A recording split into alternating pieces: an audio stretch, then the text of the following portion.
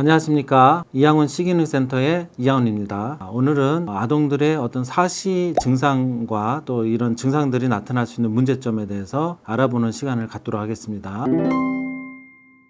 우선은 이제 아동들이 사시가 생겼을 때 나타나는 시각 문제에 대해서 좀 살펴볼 텐데요. 여기 보면은 눈이 두 개가 있습니다. 그런데 한쪽 눈이 이렇게 특히 이제 국내에서 이제 외사시가 가장 많은데요. 이렇게 바깥 쪽으로 틀어지게 되면은 이쪽으로 이렇게 틀어진 눈 쪽으로 보는 시각은 머릿속에서 차단이 됩니다. 이것을 억제라 그러는데 이 억제 기전이 발생을 하면서 반대편 눈으로만 사물을 주시하는 그런 증상이 생기게 되는데요. 이렇게 이제 사시 증상이 이제 나타나게 되면은 아동들에게는 어떤 문제점들이 발생할 수 있을까요? 첫 번째는 입체시가 문제가 됩니다. 그래서 기피지각이라고도 하는데 사물이 3차원적으로 이렇게 공간적으로 느껴지는 것이 굉장히 현저하게 떨어져요. 그래서 세밀한 작업이라든지 그런 것들이 좀 어려워지고요. 또 멀리 있는 물체들에 대해서 어떤 거리감각, 공간감각 이런 것들이 현저하게 저하되는 증상이 나타납니다. 그러면은 이제 이런 부분들이 이제 학교 생활을 할 때 어떤 신체 활동, 또 체육 활동 이런 부분에서 많이 야둔하게 되고 그 다음에 부딪히고 잘 이렇게 자신감 있게 활동하는 것이 어려워지는 것이죠. 두 번째는 균형 감각이 많이 저하하게 됩니다. 이 눈이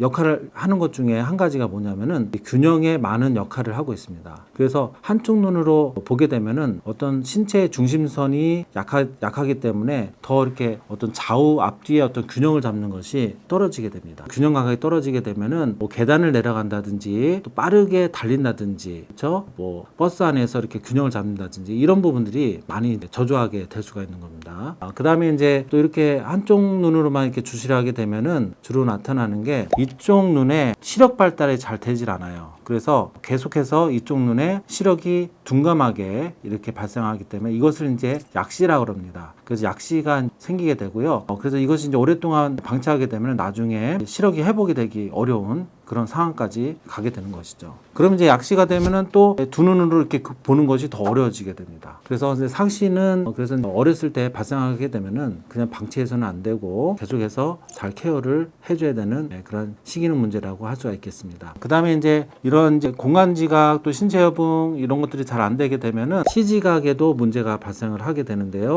그래서 우리가 이제 눈손여붕이라 그러죠. 이것이 이제 시지각의 한 가지인데 어떤 사물을 잘 변별하고 그것을 정확하게 만지고 구분하고 하는 이런 이제 시지각 부분들도 한쪽 눈으로 볼 때하고 양쪽으로 봤을 때 좀 다르거든요. 그래서 사시가 있는 경우는 시지각 저하에도 영향을 줄 수가 있겠습니다. 그러면은 여러분들이 실제 상황들을 보면서 이런 부분들이 사시 눈과 그렇지 않은 눈으로 일상생활을 할 때 나타나는 모습에 대해서 한번 살펴보도록 하겠습니다. 사시안이 있을 때 어떤 균형 감각에 대해서 문제가 되는 부분에 대해서 한번 시연해 보는 시간을 갖도록 하겠습니다. 우선은 그 양안시가 잘 됐을 때 균형 감각 한번 좀 보도록 하겠습니다. 한번 올라가서 서보세요. 자, 앞에를 한번 보시면 됩니다. 자, 보는 바와 같이 양안 시야가 이렇게 있을 때는 안정적으로 이렇게 잘 서서 유지를 할 수 있는 것을 확인할 수가 있습니다. 자, 그 다음에 한쪽 눈을 가려 보겠습니다. 보통 이제 한쪽 눈에 이제 억제가 있으면은 이렇게 가린 것과 비슷한 효과가 있거든요. 그래서 한쪽 눈으로 이렇게 주시하기 때문에 이 상태에서 한번 올라가 보도록 하겠습니다. 앞에 보고 한번 균형 한번 자연스럽게 잡아 보세요. 네, 불안정하죠. 계속해서 이렇게 유지하는 것이, 균형을 유지하는 것이 어려워집니다. 왜냐하면 한쪽 눈을 가리게 되면 중심선이 무너져요. 그래서 자꾸 좌우 앞뒤로 몸이 흔들리게 되는 거죠. 자, 두 번째는 볼펜슬을 통해서 거리감각, 공간감각을 한번 체험해보는 시간을 갖도록 하겠습니다. 자, 제가 이제 공을 던질 텐데 양안시가 되는 상태에서는 공을 이렇게 받아보세요. 그렇죠? 거리감이 느껴지기 때문에 공을 잘 받을 수가 있습니다. 네. 그 다음에 한쪽 눈을 가리고 거기서 한번 받아보세요. 네. 보는 것처럼 거리감이 잘 안 느껴질 거예요. 그렇죠? 네.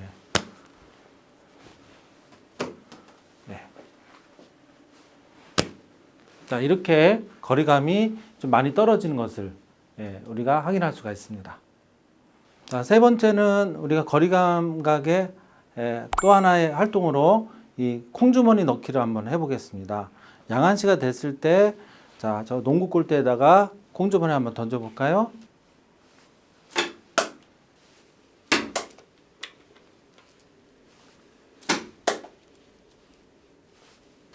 자, 이게 거리감이 되니까 조금은 실수를 하더라도 좀 더 이렇게 안정적으로 놓을 수 있는 것을 알 수가 있습니다.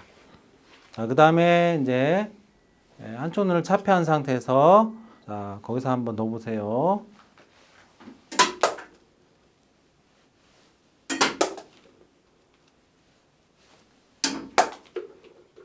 아까보다 현저하게 이 거리감 인식이 안 되다 보니까 골대에 들어가는 그런 횟수가 많이 줄어드는 것을 볼 수가 있죠. 이렇게 눈에 아동들이 사시가 있을 때는 체육 활동, 이렇게 신체 활동 이런 것들이 많이 어려워지는 것을 알 수가 있습니다.